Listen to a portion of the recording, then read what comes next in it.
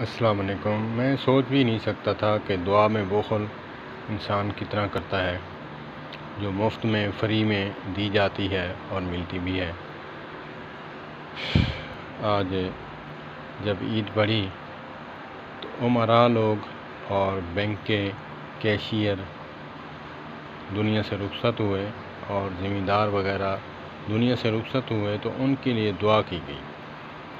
تو میں سوچتا رہا کہ محلے کے غریب چند لوگ بھی فوت ہوئے ہیں اور چند بیمار بھی ہیں، ان کے لیے بھی دعا ہوگی۔ تو دعا ختم ہو گئی، لیکن دعا کا جو ہے رخ غریب کی طرف نہ مڑا۔ تو اللہ پاک ہمیں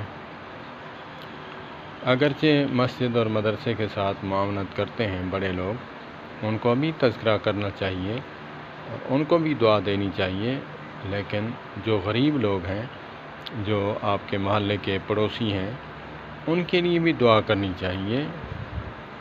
اور جیسے ان کا نام لے کر کہا، ویسے ہی غریب جو ہے بیمار، اس کا بھی نام لینا چاہیے اس کے، تاکہ اس کی حوصلہ افزائی ہو، اور یہ امیج نہ بنے کہ مولوی جو ہیں وہ لالچی ہوتے ہیں، وہ جو مسجد اور مدرسے کی معاونت کرتے ہیں، پیسہ خرچ کرتے ہیں، ان کے لیے جو دعا کرتے ہیں، ہم ویسے کے ویسے رہ گئے۔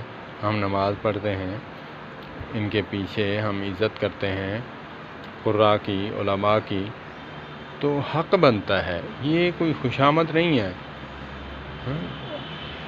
امیر کی اگر تعریف کرو تو خوشامد میں آ جاتی ہے، ٹھیک ہے؟ اگر غریب کی بندہ تعریف کرے تو وہ خوشامد میں نہیں آتی، کیونکہ لوگ سوچتے ہیں یار اس سے کیا طمع لالچ ہوگا اس کو۔ اللہ پاک ہمیں عمل کی توفیق عطا فرمائے، اور اللہ پاک ہمیں امراء کے ساتھ بھی اور غریبوں کے ساتھ بھی الحب للہ والبغض للہ والا معاملہ رکھنا چاہیے۔ والسلام علیکم ورحمۃ اللہ۔ اللہ پاک مجھے بھی عمل کی توفیق عطا فرمائے، سننے والوں کو بھی۔ والسلام علیکم ورحمۃ اللہ۔